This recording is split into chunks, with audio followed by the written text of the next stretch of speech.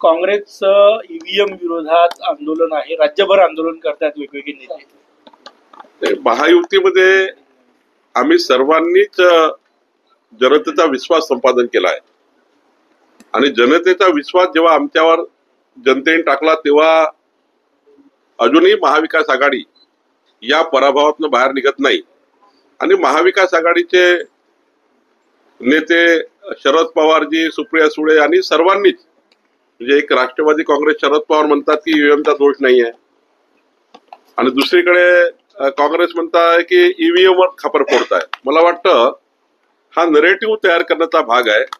म्हणजे जे काही पद गेली आहे विधानसभा निवडणुकीत, जी काही त्यांची नामुष्की झाली आहे, ही नामुष्की पुन्हा स्थानिक स्वराज्य संस्थेच्या वेळी येऊ नये। म्हणजे हरले ते निवडणुकीत पराभव झाले की ईव्हीएम चुकीची आहे, या पद्धतीचा एक नरेटिव्ह, नवीन नरेटिव्ह या महाराष्ट्रात तयार करण्याचा प्रयत्न काँग्रेस पार्टी करत आहे। पण खरं तर आज मारामारी सुरू आहे काँग्रेसमध्ये। काँग्रेसची मारामारी, अंतर्गत लाठाळ्या आणि काँग्रेसवर जनतेचा गेलेला विश्वास, तो विश्वास जो गेलाय तो काही परत मिळणार नाही। त्यामुळे ईव्हीएम वर फार आंदोलन करून जनता काही ते आंदोलन आता ऐकत नाही, जनता त्या आंदोलनाला दखल घेत नाही।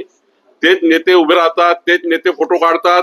आता ईव्हीएमचं जे आंदोलन आहे हे फोटो काढण्यापुरतं राहिलेलं आहे। एसटीची भाडेवाढ करताना परिवहन मंत्र्यांनी अर्थमंत्री किंवा मुख्यमंत्र्यांची चर्चा केली नाही का असा प्रश्न उपस्थित होतो, की दादांना ते माहित नाही आणि आजपासून भाडेवाढ लागू झाली। मला असं वाटतं की कुठलाही भाडेवाढ वगैरे जे जनतेला जीवनाशी विषय आहेत ते कॅबिनेटमध्ये किंवा माननीय मुख्यमंत्री किंवा माननीय आमचे जे महायुतीचे नेते एकनाथजी, अजितदादा आणि देवेंद्रजी यांच्याही चर्चा एखाद्या वेळी झाली असेल, त्यात मला पूर्ण माहिती नाही। पण असे निर्णय घेताना मात्र महायुतीच्या आमच्या मुख्यमंत्री, उपमुख्यमंत्री यांच्याशी चर्चा घेऊनच झाले पाहिजे असं मला वाटतं। वीज दर संदर्भात वाढ झालेली आहे त्यावर विरोधकांनी टीका केली आहे, प्रीपेड मीटर। उलट मी तुम्हाला सांगतो की जे लोक कमी वीज वापरतात त्यांना दिलासा मिळाला आहे आणि पुढच्या 5 वर्षामध्ये माननीय देवेंद्रजींनी, आमच्या सरकारने हे ठरवलं आहे यानंतरचे जे टेरिफ पिटिशन असतील किंवा टेरिफ बद्दल जी काही दरवाढी बद्दल प्रस्ताव असेल तो मायनस असेल, म्हणजे कमी रेटचा असेल। कारण सौर ऊर्जेवर जेव्हा वीज तयार होते आहे 2 रुपये 20 पैशात, 2 रुपये 40 पैशात वीज तयार होणार आहे। विजेची मागणी सौर ऊर्जेवर पूर्ण होणार आहे। त्यामुळे पुढचा काळ हा विजेचे रेट कमी करण्याचा काळ असणार आहे, विजेचे रेट वाढवण्याचा काळ नसणार आहे। आणि त्यामुळे मला असं वाटतं की विरोधकांनी टीकेकरता टीका केली आहे। काही दरवाढीचे प्रस्ताव हे मोठ्या ग्राहकाकरता, जे ग्राहक अजूनही जास्त वीज वापरतात, अपेक्षेपेक्षा जास्त वापरतात, पण काही दरवाढ जी आहे ती कमी करण्यात आली आहे, जे सर्वसाधारण मिडियम क्लास आणि कमी वीज वापरणाऱ्या ग्राहकाकरता त्यांची वीज कमी करण्याचा निर्णय घेतला आहे। छगन भुजबळ ज्या पद्धतीने काल दिसले तुमच्या याच्यामध्ये, भाजपमध्ये येतील छगन भुजबळ अशी शक्यता काही तुम्ही तारे तोडताय। मीडियाच्या लोकांना माझी विनंती आहे की कार्यक्रमात आले आहे, तो काही पॉलिटिकल कार्यक्रम नव्हता। माजी सैनिकाच्या एक 550 एकर मध्ये ज्या पद्धतीने विविध तंत्रज्ञान त्या ठिकाणी विकसित झालं आहे, त्या तंत्रज्ञानाच्या विकासाच्या कार्यक्रमामध्ये छगन भुजबळ, अमित भाई, मी स्वतः होतो। कोणतीही पॉलिटिकल चर्चा आली नाही, तो पॉलिटिकल कार्यक्रमही नव्हता। भुजबळ साहेब आणि आम्ही सारेच एक होतो, एकनाथ शिंदे होते, सारेच होतो। त्यामुळे पॉलिटिकल कार्यक्रम नसल्यामुळे चर्चा करू नये। जरांगे पाटील पुन्हा एकदा आंदोलनाच्या तयारीत आहे, काल त्यांनी फडणवीसांवर देखील टीका केली। नाही, मला असं वाटतं जरांगेंचं आंदोलन हे सामाजिक आंदोलन आहे। त्यांनी समाजाचं आंदोलन करण्यामध्ये किंवा त्यांना वाटतं की आमच्या सरकारने न्याय दिला पाहिजे तर त्यांना आंदोलन करण्याची मुभा आहे। आमचं सरकार न्याय देत आहे। एवढं न्याय देणारं सरकार या महाराष्ट्रात कधीच आलं नाही। देवेंद्र फडणवीस सरकारने 14 ते 19 न्याय दिला आणि आता माननीय देवेंद्रजींनी मराठा समाजाकरता ज्या विविध बाबी केल्या आहेत, तर जरांगेचं समाधान होईल। समाधान होत नसेल तर आमचा काही पर्याय नाही। पण मराठा समाजाकरता ज्या पद्धतीने माननीय देवेंद्रजींनी मराठा समाजाकरता आमच्या सरकारने ज्या पद्धतीच्या सवलती आणि आरक्षणाबद्दलचे निर्णय घेतले आहे, ऐतिहासिक निर्णय घेतले आहे। अजूनही जर जरांगे पाटलाचं समाधान होत नसेल तर मग आता ते निर्णय घेतील, त्याबद्दल मी काही बोलू शकणार नाही। स्थानिक स्वराज्य संस्थेमध्ये ओबीसी आरक्षणाचा तिळा सुटणार नाही, तेव्हापर्यंत आम्ही राज्यात निवडणुका होऊ देणार नाही असं विजय वडेट्टीवार म्हणाले। नाही, काय नवीन आहे? त्यांनाही माहितीच आहे ओबीसी आरक्षणाचा निर्णय हा सुप्रीम कोर्टात झाल्याबरोबर निवडणुका लागणार आहे. त्याच्यात वडेट्टीवारचा काय रोल आहे? सुप्रीम कोर्टाचा रोल आहे. सुप्रीम कोर्ट निर्णय करेल त्या दिवशी निवडणुका लागेल. आणि थांबल्या कशा करताय? ओबीसी आरक्षणाकरताच थांबल्या आहे. त्यामुळे ज्या दिवशी ओबीसी आरक्षणाचा निर्णय सुप्रीम कोर्टात होईल त्या दिवशी निवडणुका लागतील. त्यामुळे वडेट्टीवार सुप्रीम कोर्टाच्या निर्णयावर असं काही बोलू शकत नाही. अडलस फॅक्टरीमध्ये काल ब्लास्ट झाला. त्या ठिकाणी 8 लोक ज्या मृत्युमुखी पडले आणि 7 लोक ज्या जखमी झालेले आहेत.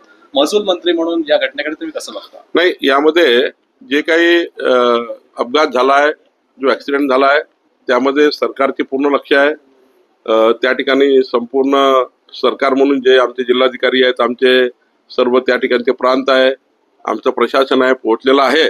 आणि त्या सर्व जे काही परिवार आहे त्यांना मदत केली पाहिजे या भूमिकेमध्ये सरकार आहे. सहकार मंत्री झाल्यावर अमित शहा सहकार मंत्री झाल्यावर घरघर लागली सहकार खात्याला, संजय राऊत यांनी टीका केली. नाही, संजय राऊताबद्दल तर काय मला कळत नाही. वेळेपणा त्यांच्या डोक्याला लागलेला आहे. एक प्रकारचे वेळेपणाचं नेतृत्व आहे.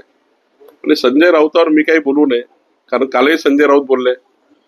म्हणजे संजय राऊत तर मला असे दिसतात की विश्वातले जर काही यादी केली जमिनीच्या व्हॅल्यूवर, जे उत्कृष्ट व्हॅल्युअर्स आहे जमिनीचे, सर्वात उत्कृष्ट विश्वविख्यात व्हॅल्युअर संजय राऊत दिसतील.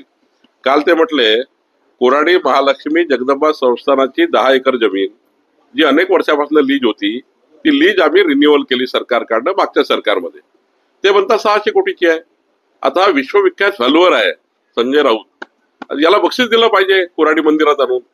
मी त्यांना बोलवणार आहे कोराडी महालक्ष्मी मंदिरात आणि त्यांना आई महालक्ष्मीच्या जगदंबेच्या संस्थानामध्ये कुठली 600 कोटीची जमीन आहे जरा एकदा त्यांना दाखवून दिली पाहिजे. हे असे वेळेपणा झालेले, डोक्यात फरक पडलेले लोक त्यावर तुम्ही मला का विचारतात? मला विचारू नका संजय राऊतावर. ती जमीन महालक्ष्मी मंदिराला मिळालेली आहे, तुमच्या खासगी संस्थेला नाही. आणि ते 600 कोटीचा आरोप करतात. त्या जमिनीची आता मार्केट प्राइस किती आहे? त्या जमिनीची 4,30,00,000 रुपये मार्केट प्राइस आहे. त्यातले पूर्ण पैसे भरून ती संस्थान घेणार आहे. आता 90 लाख रुपये भरलेले आहेत संस्थानाने आणि पुढच्या 30 वर्षामध्ये 4,80,00,000 पूर्ण संस्थानाला भरायचे आहेत. 4,20,00,000 त्याच्या पूर्ण व्हॅल्युएशन आलेलं आहे. आणि संजय राऊत ते वेळे झाले आहेत. ते जगातले सर्वात विश्वविख्यात व्हॅल्युअर झालेले आहेत. त्यामुळं स्वतःच भ्रष्टाचारामध्ये कितीदा आरोपी असलेले, जेलमध्ये गेलेले लोक हे या पद्धतीचे आरोप करतात. आता महाराष्ट्र ही जनता या वेळेपणाला कंटाळलेली आहे. मुंबई बॉम्बस्फोटाचा मास्टर माइंड तहरूर राणा याला भारतामध्ये त्याचं प्रत्यार्पण होणार आहे. अमेरिकेच्या न्यायालयाने तशा प्रकारची परवानगी दिलेली आहे. त्याचा किती फायदा होईल असं वाटत नाही? अशा शक्तीला जेव्हा आपण या देशामध्ये आणतो किंवा अशा शक्तीवर आपण अंकुश लावतो तेव्हा इतर शक्ती मात्र हिंमत करत नाही. इतर शक्ती ज्या षडयंत्र करण्याच्या परिस्थितीमध्ये असतात त्या आपले षडयंत्र थांबवतात. आणि अशा घटना जेव्हा वाटतं की सरकार स्ट्रॉंग आहे, जेव्हा प्रशासन स्ट्रॉंग आहे, तेव्हा मात्र देशासोबत गद्दारी कोणाची, हिंमत कोणाची होत नाही. अशा घटनातनं हा एक मोठा संदेश जातो. चर्चा सुरू आहे की 30 लाख लाडक्या बहिणी अपात्र केल्या जाईल. काय वास्तविकता आहे सरकारमध्ये? काही चर्चा नाही. अजून कुठलेही निकष ठरले नाही. निकषाच्या आधारावर काही त्याचं स्क्रुटिनिंग होईल. अजून कुठलंही त्यामध्ये सरकार गेलं नाही. पण सरकार शोधताय कोणी बदमाशी केली आहे का आमच्या लाडक्या बहिणीच्या योजनेमध्ये, आणि सरकार पुढे जाईल. अमित शहाने टीका केलेली आहे. शरद पवारांवर ज्या पद्धतीने टीका झाली आहे त्यावर ते म्हणाले की पंजाबराव देशमुखांनंतर म्हणजे शरद पवारांचं मोठं योगदान कृषी क्षेत्राचं. या वडेट्टीवार म्हणाले. वडेट्टीवारला मला वाटतं जरा अभ्यास करावा लागेल पुन्हा. वडेट्टीवारनी काय म्हटले अमित भाई की जे निर्णय देशामध्ये मोदी सरकार आल्यावर झाले हे निर्णय शरद पवारजींना कृषी आणि सहकार खात्यात करता आले असते. आणि बरोबर आहे की तुम्ही जेव्हा 65 वर्ष सत्तेमध्ये होते तेव्हा तुम्ही कृषी क्षेत्राकरता, सहकार क्षेत्राकरता, साधा सहकार क्षेत्रामधला ज्या क्षेत्रामध्ये शरद पवार साहेब काम करतात त्या sugar factory area, sugar cane एरियामध्ये इन्कम टॅक्सचा प्रश्न सुद्धा शरद पवार साहेबांना सोडवता आला नाही. ज्या भागात ते नेतृत्व करतात पश्चिम महाराष्ट्रात त्या भागातल्या कारखानदाराचे प्रश्न सोडवता आले नाही. इथेनॉलचा प्रश्न सोडवता आला नाही. हे सारे प्रश्न आज कारखानदारी, शुगर केन कारखानदार जे टिकताय याला जर सर्वात मोठं जर पाठबळ असेल ते मोदी सरकारचं आहे. त्यामुळं डंके की चोट पर अमित भाई बोलले आहे की तुमचं सरकार हे कधीही शेतकऱ्याच्या बाजूने नव्हतं आमचं सरकार हे शेतकऱ्याकरता काम करत आहे, सहकाराकरता काम करत आहे. आमचं सरकार हे महाराष्ट्राला मजबूती देण्याकरता काम करत आहे. त्यामुळे डंके की चोट पर अमित भाई बोलले आहे आणि त्यांनी जे बोलले आहे ते खरं आहे.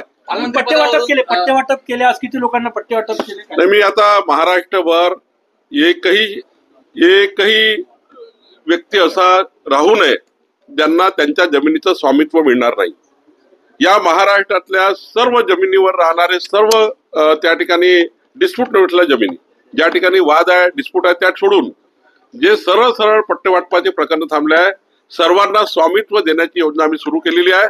आजही मी मोठ्या प्रमाणावर पट्टे वाटप केलेले आहे आणि महाराष्ट्रभर पुढच्या काळामध्ये आम्ही स्वामित्वाच्या माध्यमातून प्रत्येकाला पट्टे देणार आहोत.